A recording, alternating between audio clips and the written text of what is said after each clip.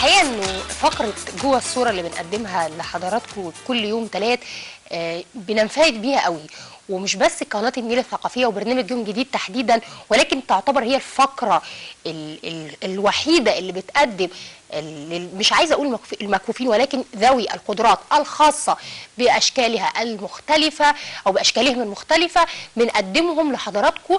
بنقدم دايما انه لا لازم يقدموا الادب الخاص بيهم او الفن او المعرفه، لان الحقيقه الناس دي ربنا منور بصيرتهم قوي.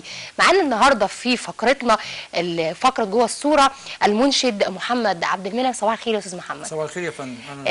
الحقيقه زي ما قلت انه وكمان سمعنا كلمه لعميد الادب العربي طه حسين، انه الحقيقه ذوي القدرات الخاصه وخاصه المكفوفين الحقيقه بنشوف دايما بتقدموا فن مختلف، بتقدموا فنون، بتقدموا اداب، وبتقدموا اشكال مختلفه من الفنون. خلينا نتكلم عن محمد عبد المنعم كقارئ ومنشد، وازاي بدات موهبتك انك تدرك ان عندك الموهبه دي. والله يا فندم هو الموضوع ده بدأ معايا منذ الصغر، يعني نقول من الابتدائي. ظهرت الموهبة وبتشجيع بعض الناس بدأوا يشجعوني وبتاع، فلقيت نفسي ان انا بطلع اقرأ وبدرب نفسي كتير. فمن خلال التدريب الكتير بيحسن الصوت وبينمي الموهبة. بعد كده حضرتك طبعا انتقلت الى الازهر، وبعد كده بدأت احفظ القرآن حفظا جيدا. ثم بعد ذلك طرح علي أن أقرأ في الليالي والمناسبات، فبدأت أقرأ، فالناس يعني الحمد لله لقيت استحسان من الناس، والحمد لله يعني كل ما أقرأ بحس إن أنا يعني أنا خادم للقرآن، يعني إحنا نعم. تحت القرآن مش فوق. نعم. فكلنا خدام للقرآن الكريم. فلما الإنسان يكون عنده إخلاص في موهبته اللي ربنا أعطاها له، ودايما يخلص في موهبته، ربنا بيقويه وربنا بيدفعه إلى النجاح دائما وأبدا. نعم. طيب ممكن نسمع جزء من تلاوة من القرآن الكريم؟ حاضر يا فندم. أعوذ بالله من الشيطان الرجيم. بسم الله الرحمن الرحيم.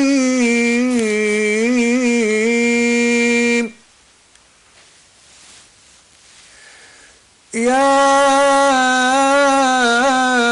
أيها الذين آمنوا لا تكونوا كالذين آذوا موسى لا تكونوا كالذين آذوا موسى فبرأه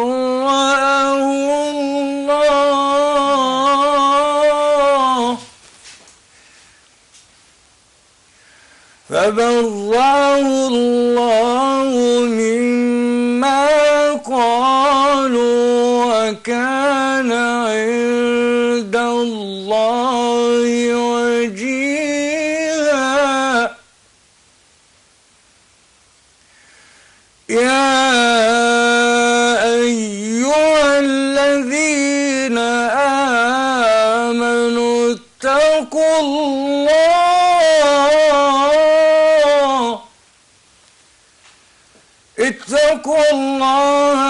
وقولوا قولا سديدا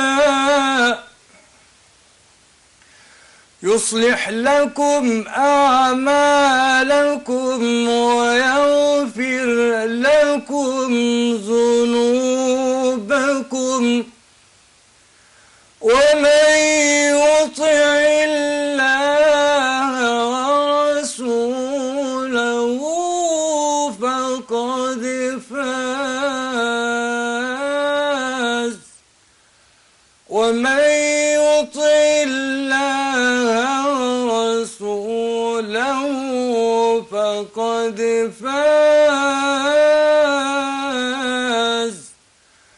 فقد فاز فوزا عظيما. صدق الله العظيم. ربنا يفتح عليك. ربنا يبارك فيك. كمان انت الحقيقه بتقدم انشاد ديني بشكل مختلف. ايه المدرسه اللي بتنتمي ليها؟ وهل مين اكتر حد منشد بيتكلم عن نصر الدين طوبار او النقشبندي، او مين اكتر حد استهواك ان انت لا انا لازم اتبع المدرسه دي وابتدي ان انا اسلك هذا المسلك في الانشاد الديني؟ السؤال ده جميل يا فندم. فعلا انا في ناس معينه او منشدين معينين انا بحب ان انا انتمي اليهم وانتمي الى مدرستهم. فطبعا على راسهم الشيخ نصر الدين طوبار، يليه الشيخ محمد عمران. نعم. وفي بقى، وطبعا كان موجود الله يرحمه ورحمه الله عليه الشيخ محمد الهلباوي وغيره من المنشدين. طبعا طبعا. ولكن وعندنا الحقيقه ابنه علي الهلباوي بنقدم له تحيه، لانه حد جميل وقدر انه يحافظ الحقيقه على مسيره والده. طبعا بنقدم تحيه لعلي، بيقدم نوع جميل من الفن. بسم الله ما شاء الله، ربنا يبارك له يا رب. اتفضل. طب نقدم ممكن حاجه من الانشاد الديني لو حابب لمولانا نصر الدين طوبار. حاضر يا فندم. يا إله العالمين، يا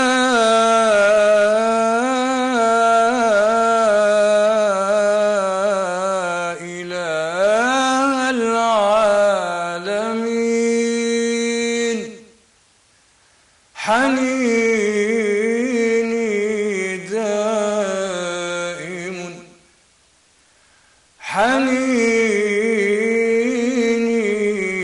دائم، والقلب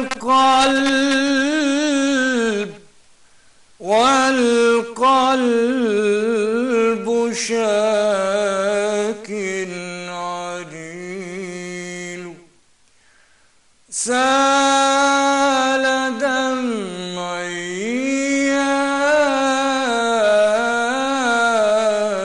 إلهي، سال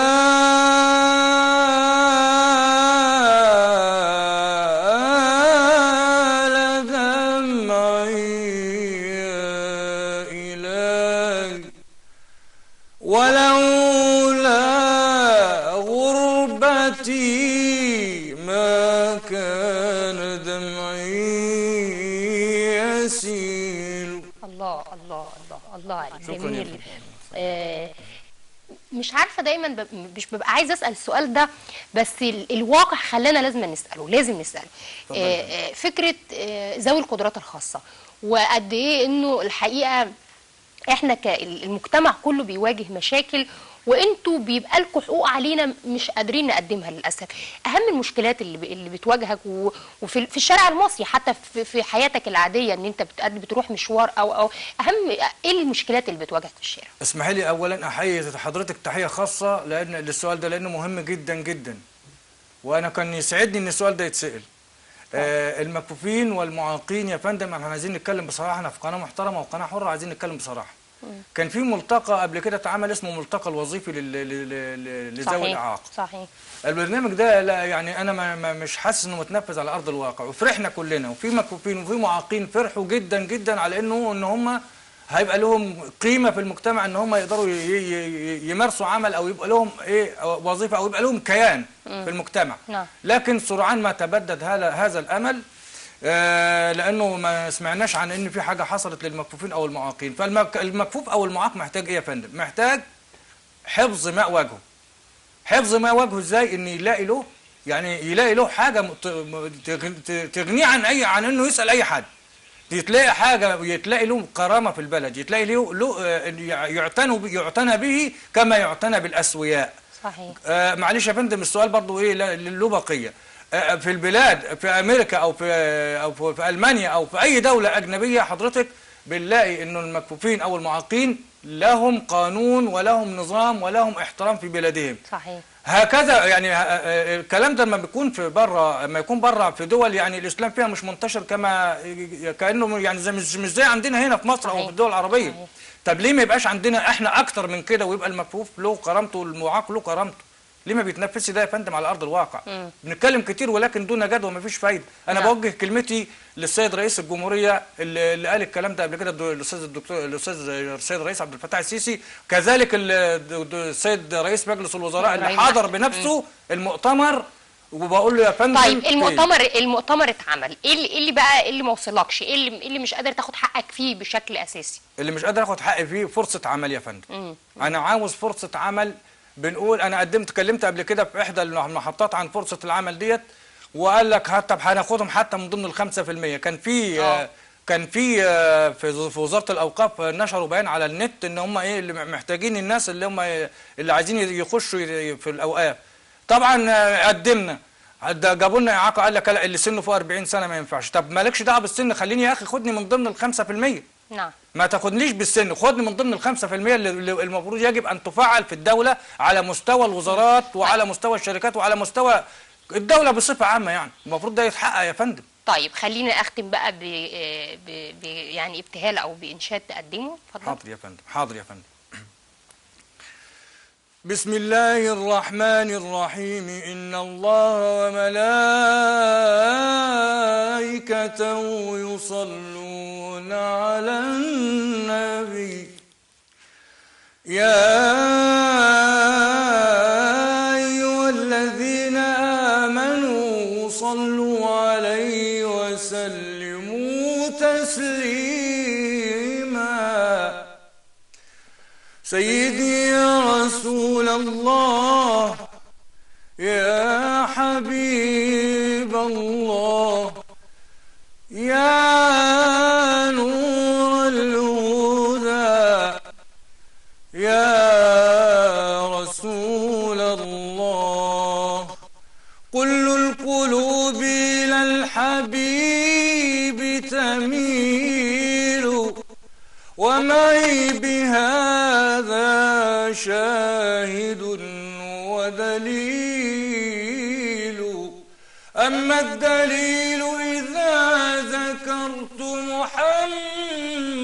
محمدا، أما الدليل إذا ذكرت محمدا، سارت دموع العارفين تسيل. هنختم فعلا بكل الحبيب الى او كل القلوب الى الحبيب تميل، ومعي بهذا شاهد ودليل. اما الدليل اذا ذكرت محمدا، سالت دموع العاشقين تسيل. صلى الله على محمد. الحقيقه قدمنا الفقرات مختلفه النهارده في يوم جديد، قدمنا فقره مهمه جدا. استاذ محمد عبد المنعم بشكرك شكرا جزيلا. محتاج فرصه عمل، محتاج حتى لو بال5% اللي بنتكلم عليهم من ذوي القدرات الخاصه، ارجوك. يمكن احنا قدمناه في الفقره دي، وقدمنا كمان الحقيقه انه ربنا منور بصيرته، انه لازم ان شاء الله يكون في تواصل، وان حد يكون سمعنا من المسؤولين ويكون في فرصه عمل لحضرتك. بشكرك شكرا جزيلا. شكرا. انتهت فقراتنا النهارده، فقرات يوم جديد. بكره ان شاء الله فريق عمل جديد. بشكر كل زملائي، ايهاب حفني، كمان بشكر يعني كل زملائي في الاعداد. بكره ان شاء الله يوم جديد، في امان الله.